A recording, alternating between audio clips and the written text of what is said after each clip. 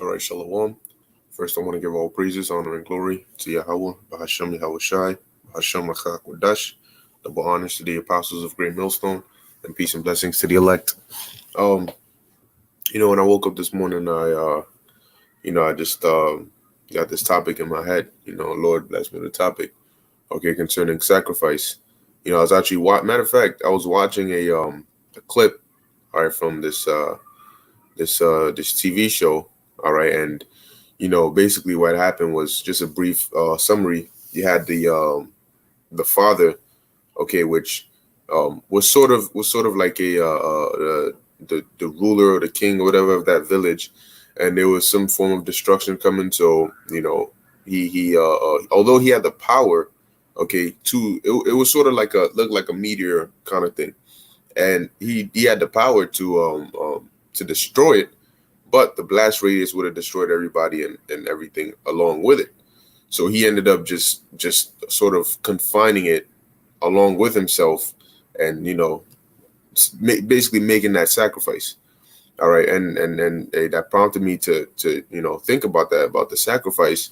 Okay, considering the plentyfold sacrifices that we have to do or make in this truth, and not only the ones we've made already, but the ones that we will have to make in the future.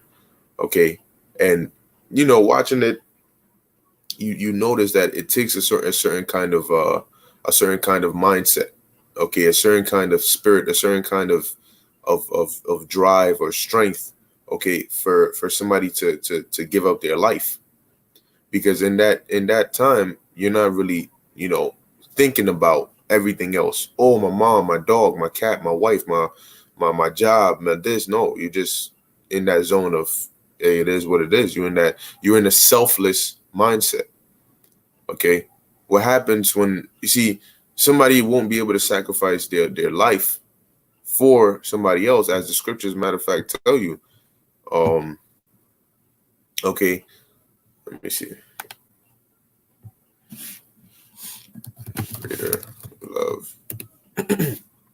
All right, because it sounds easy. Oh yeah, lay your life down for your brother, all this, but lay your life down for your brother is much different said than done. You see, John chapter 15, verse 13. Greater love hath no man than this, that a man lay down his life for his friends. All right, and that's not talking about no worldly people. No, it's talking about those in this truth. All right, but first and foremost for Yahweh B'Shem Yahweh Shai. Now, why does it say greater love hath no man than this? Because at the point where you decide to lay your life down, you aren't thinking of yourself.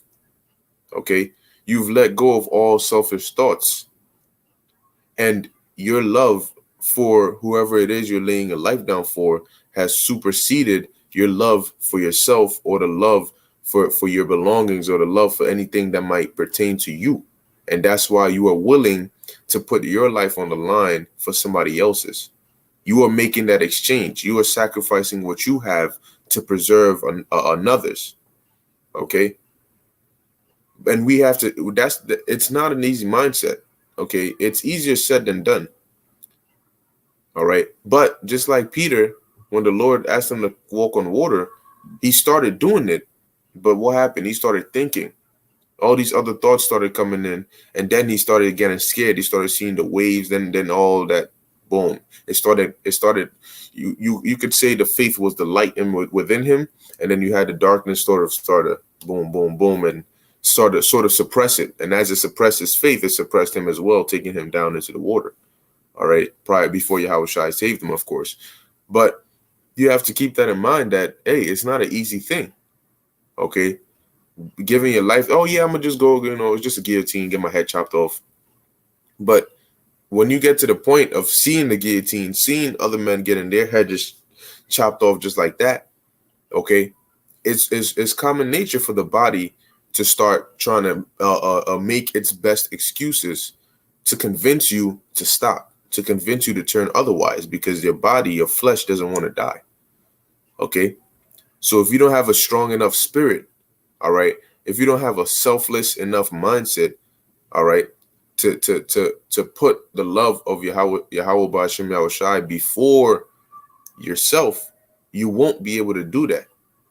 And if the Lord has you be a martyr, you won't be able to complete your task or your mission. Okay, as a matter of fact, let me Romans 8, because you got to keep in mind, man, that right now, hey, I was watching one of the brothers. He did a video yesterday called this is a lifetime commitment. Okay, and like he said, man, it's not about what you've done for the Lord, it's about what you're doing for the Lord. See, the Lord said, he that endureth unto the end, okay, the same shall be saved. So if you could have done everything right, and the Lord says, all right, I'm gonna make you a martyr, you have to finish. You could have been running the race in first place up until the finish line, but then you're too scared to cross the finish line. Guess what? You might end up in last place. And somebody in last place might run and run and run, but his courage and his lack of fear to cross the finish line is going to allow him to pass you and go into first place. So yeah, keep in mind, we don't know who's going to be who. You just might need to sacrifice your life. All right. And it's something that I'm not sure how often brothers meditate on that, but you gotta often, play these scenarios in your mind. Okay, because as you play you're in the shower, you're making up scenarios. Well, look, when you play these scenarios in your mind, okay, your flesh automatically will throw in certain things into the scenario because it feels real in your mind. That's why you might start mumbling, but it feels real in your mind. So the flesh will start throwing little scenarios in there by nature to try and, stop you if you have the mindset of, I'm going to go through with it. So you have to get accustomed and train yourself to be able to deflect that and let your spirit and keep thinking spiritual thoughts, okay, understanding that it's for a greater purpose.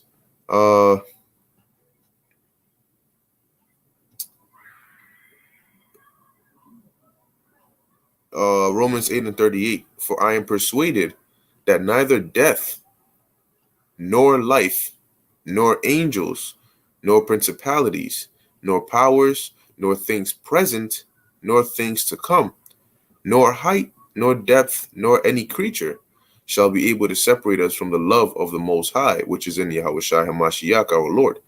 Hey, man, think about it. Yahushua did it himself. So, like Paul said, I am persuaded, and this is the mindset to carry, I am persuaded that neither death, nor life, nor angels, so on and so forth, can separate us from the love of the Most High. Think of it like you laying your life down for the Most High. All right.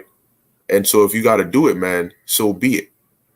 You gotta be in that selfless mind, man, selfless mindset. All right. It's a life that the Lord lent to me. So now I'm returning it. Okay. Because trust me, you will get to that point and all of a sudden, now you're thinking of everything else but what you got to do. That is not good. Because once you start thinking of everything else, now you're trying to save your life. What about my kids? What are they gonna do? How are they gonna make it? Look, man, if you get there and you next on the guillotine, man, if you have a woman, if you have family, if you have whoever you have, man, you leave them in the trust of the Lord. You leave them in the care of the Lord, because just as the Lord took care of you, all right, he can also take care of them.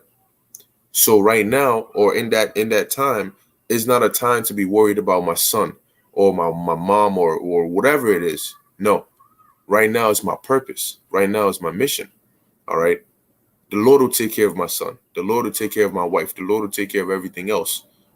So long as I'm able to finish this, I'm pretty sure the Lord will have mercy upon my loved ones, because I had enough love to give up my life. Okay. These are things you have to keep in mind and meditate upon, because it just might become a reality for you. All right. Not every brother is going to be the brother that's just, I don't know, what out here turning into, Hulk-like powers, destroying stuff and being good walking down the street. Hey, some of us might get captured. Some of us might get thrown into concentration camps. Okay. Some of us might get rescued from concentration camps. Some of us might not. will be taken care of. But if that's the case, then 9 times out of 10, you're gonna be a martyr. All right. And you have to be fully set and persuaded to be able to do so. So now let me actually start getting in here. This is Ecclesiasticus chapter 2, verse 1. My son, if thou come to serve the Lord, prepare thy soul for temptation. Now, continuing on, okay, or adding on, that's one sacrifice, sacrificing your life. But what if the Lord throws a curveball in there and now you have to sacrifice a loved one? Where before you even sacrifice your life, you thinking, all right, it's cool. You know, I'm willing to put my life down. But then they hit you with the boom, they just brought your woman tied up. Your woman might be pregnant, or your woman might have a child, or you might have a child, you know, as in you might not have, the woman might not be around and it might just be your child. And then they bring your child, whether it's your son, your daughter, little kid, you know, and they got a gun to their head. They're like, yo, we're going to ask you one more time. You're going to take that chip, or we're going to kill your family, and then we're going to kill you. Or we're going to have your wife get raped, and then we're going to kill her, and then we're going to kill you. Or we're just going to torture them in front of you, watch them scream and beg for you to take the chip so they can stop going through that pain. It's all psychological to make you feel as though you're the one causing the pain to them, because they're going to tell you, you have the option to stop this. So now you got to think about it. What are you going to do at that time? You know, and you're going to look like one of the worst, because imagine this, right? They got you being broadcasted, and then they got your family right there, and they're telling you, look, man, all you got to do is take the chip, or we're going to start torturing your family, killing them, doing all these different things. And you standing there holding firm to the faith and not taking a chip. And your wife is crying. Your babies, your children are crying. People looking at you like, yo, what's up with this? Yo, damn, now you cruel. You know, you a monster, because you have the option to stop them from going through this. But you're just because you don't want to take the chip, you're not going to see. That is a difficult position to be in. It's difficult to even talk about it. How much more to be in it? Okay. But are you going to show forth your faith, your trust, that though the Lord might put you in a situation like that, you still have to finish the mission, man. Okay. You can run the course, but you have to finish it, man. That is the important part. And there's going to be a lot of sacrifices. So it says, prepare thy soul for temptation, man. How do you prepare your soul? You got to meditate and expect these kind of things to happen. You don't just be in cruise mode. Okay. If you in cruise mode, you better have it in your mind that whatever comes your way, you're going to go through it, man. You're going to sacrifice whatever you have to sacrifice. Okay. And endure unto the end. All right. It's not going to be easy, but the Lord will put the spirit on you to do it. It's doable. It's not easy, but it's doable. All right. It says, set thy heart aright and constantly endure, and make not haste in time of trouble. See, this is going to be very, very important. Okay. During the time of Jacob's trouble, you're going to need to set your mind right. Okay. Set your heart aright, set your mind right. Okay. And constantly endure, man, because you might get hit with things left and right. But you have to set your mind right. Stay spiritual. Okay.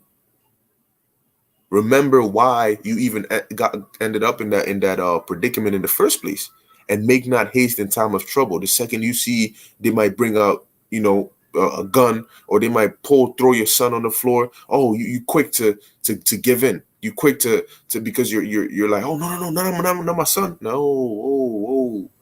Did you forget the precept? He that loveth father or mother more than me, he that loveth. If you love your family more than the Lord, then you're not worthy of the Lord. All right. It says, cleave unto him and depart not away. Remember, we're soldiers. The scriptures say, endure hardness as a soldier. When a soldier goes to war, he understands that there's a possibility that he might not come back. But he doesn't let that fear of him not coming back and his family losing him dissuade his decision or throw him off of his purpose. All right. Our purpose is number one. We came into this world. When we came into this world, the one thing we had was our purpose. All right. First, which was given by Yahweh Hashem Yahushai. When we were first brought into this world, we didn't have a woman. All right. Yeah, you had parents, okay, but I'm talking about on a level both spiritual and carnal. The one thing we had was our purpose. What are we brought here to do? That we were brought into the world with it. It was with us already. A woman, she might have came later on in life. She was attached to you. Okay, your child that came later on in life, he was or she was also attached to you. But the one thing that was with you when you first touched this earth was your purpose. Why the Lord brought you here at this time period. What are you supposed to do? How are you supposed to finish your story? That was with you, and that's what you have to remain and stick to, man. You cannot throw your purpose aside for anything else. That is why it's called a sacrifice. And the one thing you don't sacrifice is your purpose. No, that is what you came with, and that's what you leave with. If you have to leave this earth, you leave with what you came with, and that's your purpose. But you can't leave the same way you came with it. You came with your purpose incomplete. You have to leave with your purpose completed. Because if not, how are you going to face the Lord? Yahweh Shai did it. He came with his purpose incomplete, and he completed it. And so when he went back up to the spirit world, he was given all dominion, all power. Okay? And due to his completion of it, we now have what we have now. And Lord willing, what we will get. So it says, cleave unto him and depart not away, that thou mayest be increased at thy last end. Okay? You have to cleave unto the Lord. How do you do that? By staying in the spirit. Okay? Remaining spiritual. That's how you cleave to the Lord. When you're put in a very carnal situation, you remain spiritual. Okay? Fear is of the flesh. All right. Courage and faith is of the spirit. So you have to remain spiritual. That's how you cleave to the Lord. If not, you'll give in, man. You won't be able to make it. You won't be able to make that proper sacrifice. All right. Whatsoever is brought upon thee, take cheerfully, and be patient when thou art changed to a lower state. This right here, this first part, whatsoever is brought upon thee, take cheerfully, is not as easy as it sounds. All right. It's different. Somebody wants to call you names. Somebody wants to say, I don't mess with you no more. You know, just maybe school or work or whatever. They're like, all right, cool, whatever. Hey, it's supposed to happen like that, right? But what happens if your parents disown you? What happens if your woman leaves and takes the child with her? Because she gains custody and takes it with her. That's something that's brought upon you, but you got to take that cheerfully. You know? And sometimes it feels like, how am I supposed to even do this? You know? Sometimes it's very difficult. But it's for a greater good. Understand it's making you tougher. Understand it's the chastisement of the Lord. And the scripture says, despise not the chastening of the Lord. So when that happens and you're put in a lower state, you have to be patient. Because the lower you go, the higher you'll come. It's like a spring, right? The tighter you squeeze it, the lower you bring it. When you let it go, it's gonna spring higher. So when you're put in a lower state, the Lord is basically coiling you as that spring. He might keep you there for a while, build a little bit more tension. But once he lets you go, you're going to spring right up. So you have to wait. You have to be patient. Because when you're squeezing a spring, if it doesn't come down straight down and it bends, it'll jump that way. But that's not the way it's meant to go. It's supposed to come down and go up. So if you're not patient when you're changed to a lower state, you might bend as that spring, and you might be thrown into the corner somewhere. All right. Instead of going up, you might be flung to the left. All right. But continuing, it says, for gold is tried in the fire, and acceptable men in the furnace of adversity. So your number one thought first should come to the first thing that should come to your mind as to why you should take it cheerfully is because that's an indication that you might be gold, because you're being tried in that fire. You're catching that hell. Number two, acceptable men in the furnace of adversity. The Lord sees you as acceptable, and he wants to purify you. So the Lord, in essence, is dealing with you. Yeah, it hurts. Yeah, it don't feel nice, but the Lord is dealing with you. That should be enough to keep you right. All right. Believe in him and he will help thee, order thy way aright, and trust in him. Okay. You got to get your mind right. Don't let the emotions take over. Emotions are a very, very dangerous thing on the battlefield. And we are on the battlefield, man. And we're not wrestling against flesh and blood. So emotions, all right, emotions are sort of like the trump card of your flesh. Okay. Your flesh will use that to get to you, man. That's why you have to be able to put your flesh under subjection to your spirit. You have to sacrifice. In order to sacrifice, you have to be disciplined. The best kind of discipline is self-discipline, because you're not always going to have somebody there to discipline you. You have to be able to do it yourself, meaning you have to be able to be hard on yourself, harder than others. You have to be the hardest on yourself, because you know yourself. You know what you'll slide with. You know what BS you can get away with. But you have to be the one not to let yourself get away with that. Okay? Yeah, you got to be stern on yourself. Okay? Ye that fear the Lord, wait for his mercy, and go not aside, lest ye fall. All right? Ye that fear the Lord, believe in him, and your reward shall not fail. Ye that fear the Lord, hope for good, and for everlasting joy and mercy. Look at the generations of old, and see. Did ever any trust in the Lord and was confounded? Or and now there were certain situations where it looked like it seemed like it seemed like that was something was gonna happen, and the Lord was like, and he flipped the situation right around. Okay. Or did any abide in his fear and was forsaken? Or whom did he ever despise that called upon him? See? So that's why it says cleave on to him. When you're going through that fire, cleave on to the Lord. Don't pray for him to take the fire off you. Pray for him to keep the spirit on you so you can endure that fire, that you don't crack under pressure. That's what you pray for, man. Okay, when you being squeezed like the spring, don't tell him to stop. Pray for him to give you the strength to stay. Okay. Moving on. Philippians 3:8. It says, yea, doubtless I count all things but loss for the excellency of the knowledge of Yahushua or Hamashiach, Yahushua, my Lord. Going back to sacrifice. So we sacrifice not only your life, not only who you are in this world or what you have, okay, but one thing we also sacrifice is our pride. All right, that worldly pride, I should say. And you know what we do? We exchange that for humility. Okay, because before honor comes humility. Okay, and I believe it, roughly paraphrasing, pride goeth before destruction. You see. So if we're seeking greatness, we have to exchange our pride for humility. All right. And we have to sacrifice a lot of things that we had for what we will gain. Yea, doubtless, I count all things but loss for the excellency of the knowledge of Yahushua HaMashiach, my Lord. Okay. So you have to, whatever you might have had, if it's something you have to give up, and oftentimes it's time.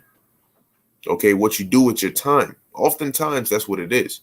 But if you have to sacrifice that for the Lord, then you look at it like it's lost. You don't, it's gone. It's not relevant. And you focus more on the gain. You to perfect the excellency of the knowledge of Yahushua HaMashiach. Okay, for whom I have suffered the loss of all things, and do count them but dung, that I may win Hamashiach. Because when you read about the things Paul went through, man, he gave up his whole status, okay, his life, the comfortability, all of that, he gave it up, and he counted it but loss. Okay, but dung, like it says, dung is feces, but nobody wants that. Okay. That what? Like that I may win Hamashiach. That's how he was able to do all the things he did. All right. Moving on. 1 Corinthians 3:18. It says, so another thing. Let no man deceive himself. If any among you seemeth to be wise in this world, let him become a fool that he may be wise. See? So that goes into sacrificing your pride, sacrificing that and exchanging it for humility, because in the world you might have a doctorate, you might have a PhD. So people might look at you a certain kind of way, oftentimes looking up at you like, oh yeah, like, you up there. But if you come into this truth, you have to be able to sacrifice that and become a fool. Okay? Become a fool that you may be wise, meaning you have to now do less of this and more of these. Okay? You might think you know something, but you got to be quiet, humble down, and listen and find out that, oh, maybe I didn't know that. That's how you become wise. You listen to those who are wiser than you, and you take in what they say and you apply it. Okay? But when you start off lacking wisdom, then you're a fool. But you're a fool that's looking for wisdom, that's looking for knowledge, that's looking for understanding, in order for you to go from being a fool to becoming a wise man. And that even goes into, hey, when you first come into this truth, man, that you might come in as maybe 20 something, 30, and you might 35, and you might have somebody who's already in the truth who's maybe in their early 20s. Okay? They might be over you in the being that they know more than you. You might have to humble down to listen to them, to hear what they're saying. They might have to rebuke you 1 or 2 times, but you can't let your carnal age factor, okay, boost up your pride to where you're not able to humble down and take reproof, because it might actually be correct and helpful information for your growth. Okay, that is also a sacrifice you have to make. Biting your tongue, suffering wrongful, all these things. Look, it's a lot of sacrifices. Sacrifices we've made, sacrifices we do make, and sacrifices that we will make. Okay, but you have to be ready to sacrifice, which means you have to have a selfless mindset, a selfless spirit, because in that case, you can be flexible based on the adversities and the trials that may come your way. All right, move on. This is Hebrews chapter 12, verse 4. It says, ye have not resisted unto blood, striving against sin. Okay? And some of us might have to do that, meaning we might have to sacrifice some blood. We might have to sacrifice. I'm not talking about blood sacrifices. I'm talking about you might have to sacrifice. Hey, you might have to get beat up. You might have to get, killed. Okay? But you have to what? Your resolve to stay away from sin has to be stronger than the pain you go through. I'm gonna read verse 5 before we move on. And ye have forgotten the exhortation which speaketh unto you as unto children. My son, why unto children? Because children are obedient, and when you tell somebody something as a child, they will grow up with it. It's stronger because it's embedded in them. It's instilled in them. It becomes habitual. It becomes a part of them because they grow with it. Okay. My son, despise not thou the chastening of the Lord, nor faint when thou art rebuked of him. Okay. For whom the Lord loveth, he chasteneth, and scourgeth every son whom he receiveth. All right. And that's why it doesn't, like I said, like it actually, like the scripture said, it might not feel nice, but it's the chastening of the Lord. That means he's dealing with you. Like it says, gold for the fire and acceptable men in the furnace of adversity. The Lord only accepts acceptable men as his sons. But what does he do to his sons? He chastises them. 2 Timothy 4:6. For I am now ready to be offered. This is Paul speaking. And the time of my departure is at hand. I have fought a good fight. I have finished my course. I have kept the faith. All right. So Paul said, what? After all these things, now I'm ready to die for the Lord. I've done everything that I got to do. But there might be one more challenge, which is death, because they still wanted his head. Okay. There might be one more challenge, which is death. Now, you could have done all these great works, but what happens at that one last challenge when they want your head, when the Lord is now about to call your spirit back, but you get so scared that you're like, nah, I don't want to die. Whoa. Now all those works are starting to be a little shaky, because you don't want to die is going to lead you to denounce the name of the Lord, to denounce the Lord, to lose the faith instead of keeping it. So you did this, you woke up this many people, you did this, you endured, you did this, that, and that. So it came to the part where they said, you still with this? Because if you are, we're going to kill you. And instead of being able to finish your course and say, yeah, I am, you like, nah, if that means I'm going to die, then I'm not. You know what that does at that point? All the works behind you, gone. Irrelevant, not valid, crossed out. Okay? Why? Because you weren't able to finish it. Remember, it's not how you start, it's how you finish. All right, better is the end of a thing than the beginning thereof. And that's why Yahushua said, he that endureth unto the end. The Lord has to see how you are, even unto the very end, how you finish. You know, can you finish strong? Or when the ultimate test comes, will you chicken out? All right. I'll finish it with this. This is Matthew 24, verse 44. Another one. All right. Now, notice how throughout the different precepts, there's different types of sacrifices, whether it's your life, whether it's your loved ones, whether it's your time, whether it's something you might love, whether it's your pride. But it's all sacrifices, man, based on the situation that you're going through. All right. You might have to sacrifice different things. Matthew 24, verse 44. Therefore, be ye also ready, for in such an hour as ye think not, the Son of Man cometh. Who then is a faithful and wise servant, whom his Lord hath made ruler over his household, to give them meat in due season? Now, in order to be a faithful and wise servant, you have to be able to sacrifice. Okay? You have to sacrifice all other thoughts other than what you've been told to do. Any thought that might come into your mind that's contrary to what the instructions you've been given, you have to throw that out immediately. That's how you remain faithful. All right. Blessed is that servant whom the Lord, when he cometh, shall find so doing. So you sacrifice all temptation. You sacrifice what you were doing prior to being called to do this work, and you gave up everything else so you can continue to stay doing this work. Because as you're doing the work, something might pop up. You throw it out. As you're doing the work, you might get a notification. It's maybe something you used to do in the world has now been like upgraded and added on to, where it's even much more crazier and dope. You throw it out. Remember, those are all sacrifices you're making. You know, you're a servant doing what you got to do, but you might have a bad shorty.